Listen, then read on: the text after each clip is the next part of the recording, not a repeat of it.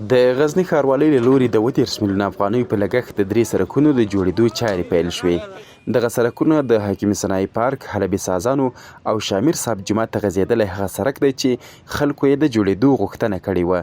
مسؤلین وایي د دغو سړکونو ټولیز اوږدوالی 859 مترو ته رسیږي چې په پاخه او اساسي شکل به د 5 میاشتو په موده کې ګټه اخیستنې ته وسپارل شي.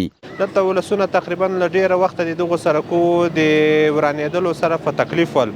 لله الحمد ښاروالۍ د انجینري بیدار ټیم په مټ باندې موږ وتوانېدلو چې دغه پروژې م الحمدلله په اساسي شکل باندې نیولې دي.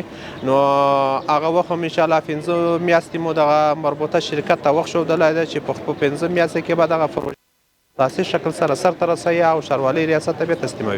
د خپل ټولو ښاریانو ته همداشان د ښاروالۍ مسؤلینو ته ټولو ته ډاډ ورکوي چې دغه پروژه به په پوره کیفیت سره د ورکړل شوي پلان او بیکیو مطابق مخته یوسي.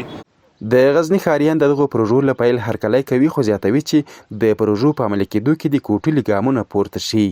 مردم محل ما، مردم خوجکیم، مردم شمس، مردم نوآباد و این مردم بسیار سهولت، به خاطر که زیادتر مردم به این راه مرورشان است، این راه بسیار مشکلات داشت، خراب بود. این راه برای مردم بسیار سهولت ایجاد کرده. خیلی مشکلات ما دیگه میشه، اینجا ازدحام مردم اذیت میشه دیگه. میدیاتر باشنده قریه خوجکیم چه سرک نوبات اینجا خیلی مشکل برخورد میگه دیگه. اگه این جور شه ان شاء الله خیلی سهولت ها بخش مردم فراهم میشه. مسؤلین وایي روان کال ښاروالۍ ریاست ګڼې پروژې تر لاس لاندې لري چې ټولې پراختیایي پروژې به تر نهایي کېدو وروسته قراردادي شرکتونو ته د عملي کېدو لپاره په قرارداد ورکړي. سید الله څرګند، حریت راډیو، غزنی.